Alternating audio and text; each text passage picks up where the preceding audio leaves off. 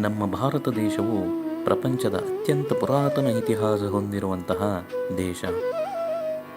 ಲಕ್ಷಾಂತರ ವರ್ಷಗಳ ಇತಿಹಾಸ ಹೊಂದಿರುವಂತಹ ವೇದಗಳು ಹಾಗೂ ಪುರಾಣಗಳು ರಚಿಸಲ್ಪಟ್ಟಿರುವಂತಹ ಒಂದು ತಪೋಭೂಮಿ.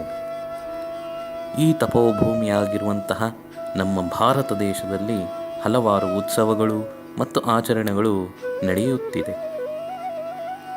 ಇಂತಹ ಒಂದು ಪ್ರಮುಖವಾದಂತಹ ಆಚರಣೆಯೇ ಬೆಂಗಳೂರು ಕರಗ. ಈ ಕರಗವು ಒಂದು ಅದ್ಭುತ ಹಾಗೂ ವಿಜೃಂಭಣೆಯ ಆಚರಣೆಯಾಗಿರುತ್ತೆ.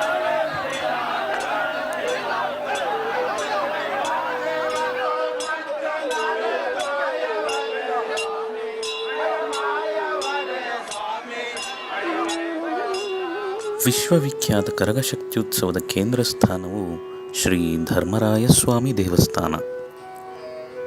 ಕಲ್ಯಾಣಪುರಿ ಎಂಬ ಪ್ರತಿನಾಮದಿಂದ ಖ್ಯಾತಗೊಂಡಿದ್ದು, ಇದೀಗ ಬೆಂಗಳೂರು ನಗರದ ಕೇಂದ್ರ ಭಾಗವಾದ ತಿಗಳರಪೇಟೆಯಲ್ಲಿ ರಾರಾಜಿಸುತ್ತಿದೆ.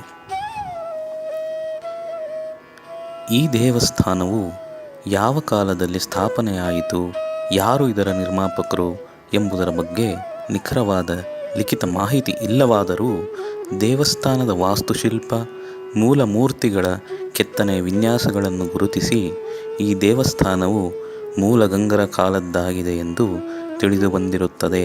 ಅಂದರೆ ಕ್ರಿಸ್ತಪೂರ್ವ 350ರಿಂದ 1000 ವರ್ಷಗಳ ಹಿಂದೆ ಜೀರ್ಣೋದ್ಧಾರವಾಗಿರಬಹುದು ಎಂದು ಉಲ್ಲೇಖಿಸಲಾಗಿದೆ.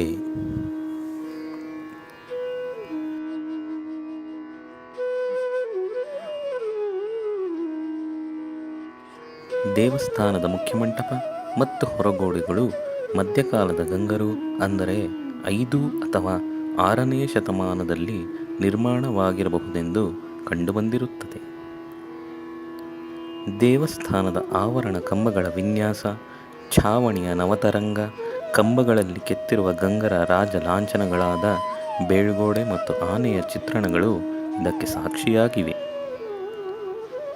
ದೇವಸ್ಥಾನದ ಮೂಲ ವಿಗ್ರಹಗಳ ತಳಭಾಗದಲ್ಲಿ ದೊರೆತ ನಾಣ್ಯಗಳು ಮತ್ತು ಚಿನ್ನದ ತಗಡಿನ ಬರಹಗಳು ಇದರ ಪ್ರಾಚೀನತೆಯನ್ನು ಮೂಲ ಗಂಗರ ಕಾಲಕ್ಕೆ ಕೊಂಡೊಯ್ಯುತ್ತವೆ.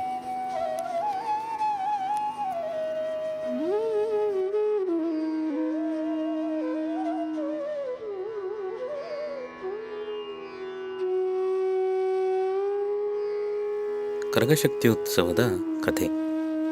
ಅಂದು ಮಹಾಭಾರತದ ಯುದ್ಧದ ಕೆಲವು ವರ್ಷಗಳ ನಂತರ ಮಹರ್ಷಿ ವ್ಯಾಸರ ಸಲಹೆ ಮೇರೆಗೆ ಪಾಂಡವರು ದ್ರೌಪದಿ ಸಮೇತರಾಗಿ ತಮಗೆ ಬಂದಿರುವಂತಹ ಬ್ರಹ್ಮಹತ್ಯ ದೋಷ ನಿವಾರಣೆಗಾಗಿ ಶಿವನ ಆರಾಧನೆ ಮಾಡುತ್ತಾ ಮಹಾಪ್ರಸ್ಥಾನವನ್ನು ಶುರು ಮಾಡುತ್ತಾರೆ.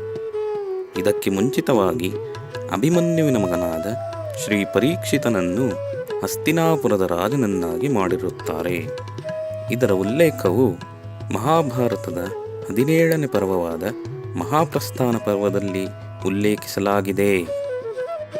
ಮಹಾಪ್ರಸ್ಥಾನವನ್ನು ಅವರು ದಕ್ಷಿಣ ಭಾರತದ ಪ್ರಮುಖ ಸ್ಥಾನಗಳಲ್ಲಿ ಹಲವಾರು ಶಿವಲಿಂಗಗಳನ್ನು ಪ್ರತಿಷ್ಠಾಪಿಸುತ್ತಾ ಪೂಜಿಸಲ್ಪಟ್ಟಿರುತ್ತಾರೆ. ಉದಾಹರಣೆಗೆ ಕೈವಾರ ಮತ್ತು ಇತ್ಯಾದಿ ಪ್ರದೇಶಗಳಲ್ಲಿ ಶಿವಲಿಂಗಗಳನ್ನು ಪ್ರತಿಷ್ಠಾಪಿಸಿರುತ್ತಾರೆ.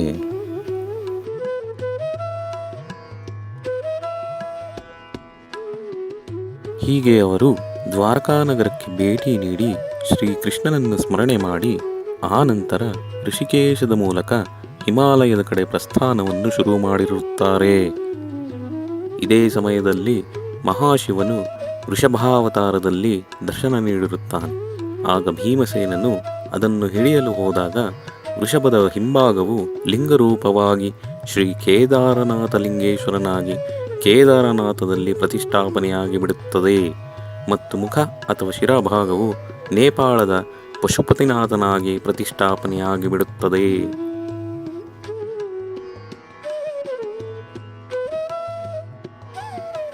ತದನಂತರ ಸ್ವರ್ಗಾರೋಹಣವನ್ನು ಪ್ರಾರಂಭಿಸುತ್ತಾರೆ. ಈಗಿನ ಬದ್ರಿನಾಥ ಕ್ಷೇತ್ರದ ಹತ್ತಿರ ಇರುವ ಸ್ವರ್ಗಾರೋಹಿಣಿ ಪರ್ವತ. ಸ್ವರ್ಗಾರೋಹಣದ ಸಮಯದಲ್ಲಿ ಪಾಂಡವರು ಮುಂದಿರುತ್ತಾರೆ ಮತ್ತು ದ್ರೌಪದಿ ದೇವಿಯು ಹಿಂದುಳಿದಿರುತ್ತಾಳೆ.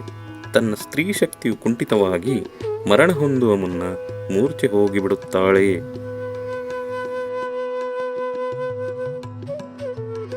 ಇದೇ ಸಮಯದಲ್ಲಿ ತಿಮಿರಾಸುರ ಎಂಬ ರಾಕ್ಷಸನು ದ್ರೌಪದಿಯನ್ನು ಛೇಡಿಸುತ್ತಾನೆ.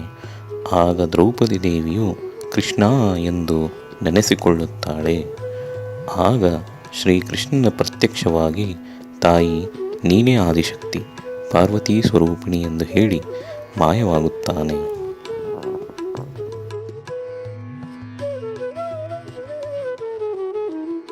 ನಂತರ ದ್ರೌಪದಿ ದೇವಿಯು ವಿಶ್ವರೂಪವನ್ನು ತಳೆದು ತಲೆಯಿಂದ ಯಜಮಾನರನ್ನು, ಹಣೆಯಿಂದ ಗಣಾಚಾರ್ಯನ್ನು, ಕಿವಿಗಳಿಂದ ಗೌಡರುಗಳನ್ನು, ಬಾಯಿಯಿಂದ ಗಂಟೆ ಪೂಜಾರಿಗಳನ್ನು, ತೋಳುಬಳಗಳಿಂದ ವೀರಕುಮಾರರನ್ನು ಸೃಷ್ಟಿಸಿ ಸೈನ್ಯವನ್ನು ಸಜ್ಜುಗೊಳಿಸಿ ತಿಮಿರಾಸುರನನ್ನು ಸಂಹಾರ ಮಾಡುತ್ತಾಳೆ. ನಂತರ ದ್ರೌಪದಿ ದೇವಿಯು ದೇವಲೋಕಕ್ಕೆ ಹಿಂದಿರುಗುತ್ತಾಳೆ. ಇದನ್ನು ನೋಡಿದ ವೀರಕುಮಾರರು ಹಾಗೂ ಇತರರು ತಮ್ಮ ವೀರ ಖಡ್ಗದಿಂದ ಅಮ್ಮ ದಿಕ್ಕುತೋರು ದಿಕ್ಕುತೋರು ಎಂದು ಎದೆಯ ಮೇಲೆ ಬಡಿದುಕೊಳ್ಳಲು ಶುರು ಮಾಡುತ್ತಾರೆ. ಇದರಿಂದ ಮನಕ್ಕರಗಿದ ಆದಿಶಕ್ತಿಯು ಪ್ರತ್ಯಕ್ಷವಾಗಿ ತನ್ನ ಕುಮಾರರನ್ನು ಸಂತೈಸುತ್ತಾ, ನೀವು ಭೂಮಿಯಲ್ಲಿ ಸತ್ಯಧರ್ಮಗಳ ರಕ್ಷಣೆಗಾಗಿ ಬಾಳ ಮುಂದುವರಿಸಿರಿ. ಸ್ತ್ರೀ ರಕ್ಷಣೆ, ಗೋರಕ್ಷಣೆ ಮತ್ತು ಭೂರಕ್ಷಣೆ ನಿಮ್ಮ ಆದ್ಯ ಕರ್ತವ್ಯ. ನಾನು ವರ್ಷದ ಮೊದಲ ನವರಾತ್ರಿಯಲ್ಲಿ ನಿಮ್ಮೊಂದಿಗಿರುತ್ತೇನೆಂದು ತಿಳಿಸಿ ಮಾಯವಾಗುತ್ತಾಳೆ. ಇದರ ಆಚರಣೆಯ ಅಂಗವೇ ಕರಗ ಶಕ್ತ್ಯೋತ್ಸವ.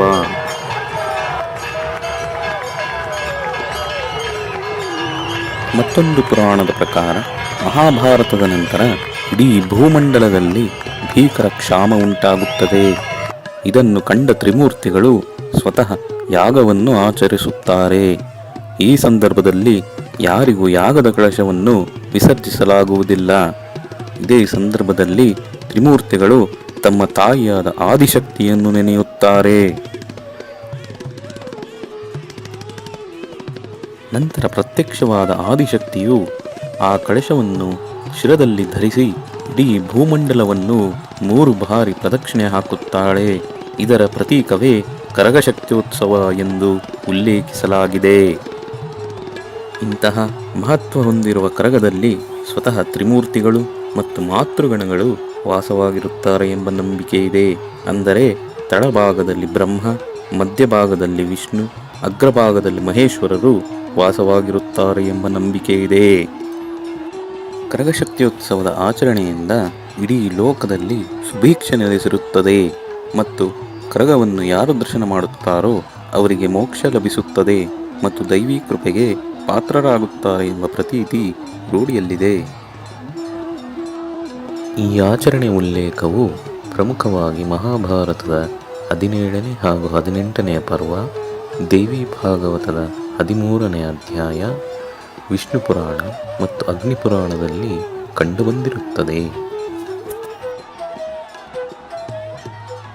ಈ ಜನಾಂಗದವರು ಎಲ್ಲಿಯವರು ಎಂಬುದು ಹಲವರ ಪ್ರಶ್ನೆಯಾಗಿರುತ್ತದೆ.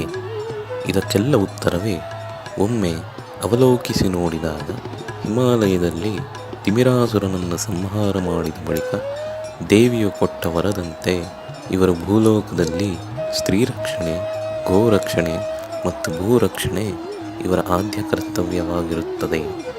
ಇದನ್ನು ಅರಿತ ಇವರು ತಮ್ಮ ಸಂಚಾರವನ್ನು ಹಿಮಾಲಯದಿಂದ ಪ್ರಾರಂಭಿಸಿರುತ್ತಾರೆ. ಹಿಮಾಲಯದಿಂದ ಹೊರಟ ಇವರು ಋಷಿಕೇಶ ಮೂಲಕ ಹಸ್ತಿನಾಪುರವನ್ನು ಸೇರುತ್ತಾರೆ.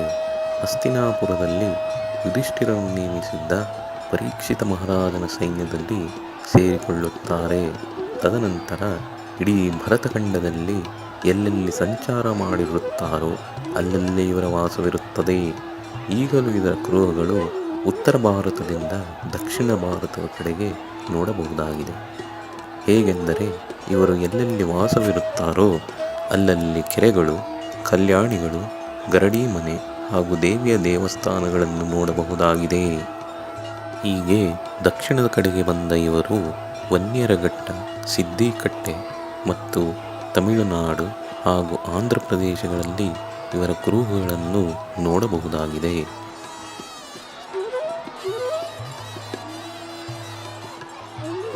ಹೀಗೆ ದಕ್ಷಿಣಕ್ಕೆ ಆಗಮಿಸಿದ ಇವರು ಹಲವು ರಾಜ್ಯಗಳಲ್ಲಿ ರಾಜ್ಯಭಾರವನ್ನು ಮಾಡಿರುತ್ತಾರೆ. ಇದರ ಉಲ್ಲೇಖವು ಹಲವು ಶಿಲಾಶಾಸನಗಳಲ್ಲಿ ದೊರಕಿರುತ್ತದೆ. ನಂತರ ಪಾಳೆಗಾರರಾಗಿಯೂ ಸಹ ತಮ್ಮ ಸೇವೆಯನ್ನು ಸಲ್ಲಿಸಿರುತ್ತಾರೆ. ಹೀಗೆ ಬೆಂಗಳೂರಿನಲ್ಲಿ ನೆಲೆಸಿದ್ದ ಇವರು ಹಲವು ಕಲ್ಯಾಣಿಗಳನ್ನು ನಿರ್ಮಿಸಿ ಕಲ್ಯಾಣಪುರಿ ಎಂದು ನಾಮಕರಣ ಮಾಡಿರುತ್ತಾರೆ. ಈಗಲೂ ಸಹ ಇದರ ಉಲ್ಲೇಖವು ಹಲವಾರು ಪುಸ್ತಕಗಳಲ್ಲಿ ಲಭ್ಯವಿರುತ್ತದೆ. ಕಲ್ಯಾಣಿಗಳಲ್ಲದೆ ಹಲವು ಗರಡಿ ಮನೆಗಳನ್ನು ಸಹ ಇವರು ನಿರ್ಮಿಸಿರುತ್ತಾರೆ.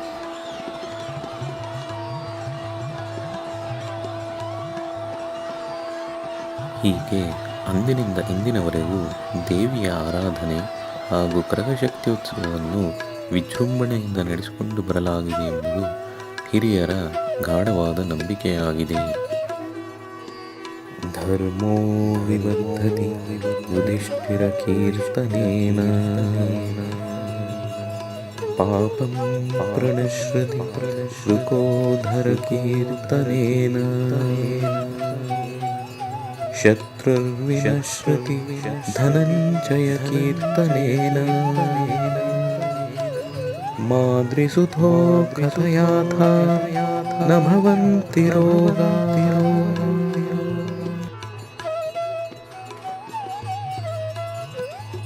ಯಾರು ಧರ್ಮರಾಯನನ್ನು ಪೂಜೆ ಮಾಡುತ್ತಾರೋ ಅಲ್ಲಿ ಧರ್ಮವು ವೃದ್ಧಿಯಾಗುತ್ತದೆ. ಯಾರು ವೃಕೋದರನನ್ನು ಪೂಜೆ ಮಾಡುತ್ತಾರೋ ಅವರ ಪಾಪವು ನಶಿಸಿ ಹೋಗುತ್ತದೆ. ಯಾರು ಧನಂಜಯನನ್ನು ಪೂಜೆ ಮಾಡುತ್ತಾರೋ ಅವರ ಒಳಗಿನ ಹಾಗೂ ಹೊರಗಿನ ಶತ್ರುಗಳು ಇಲ್ಲವಾದಂತಾಗುತ್ತದೆ. ಯಾರು ನಕುಲ ಸಹದೇವರನ್ನು ಪೂಜೆ ಮಾಡುತ್ತಾರೋ ಅವರ ಆರೋಗ್ಯವು ವೃದ್ಧಿಯಾಗುತ್ತದೆ ಎಂಬ ತಾತ್ಪರ್ಯ ಈ ಶ್ಲೋಕದಲ್ಲಿ ಅಡಗಿದೆ. ಧನ್ಯವಾದಗಳು.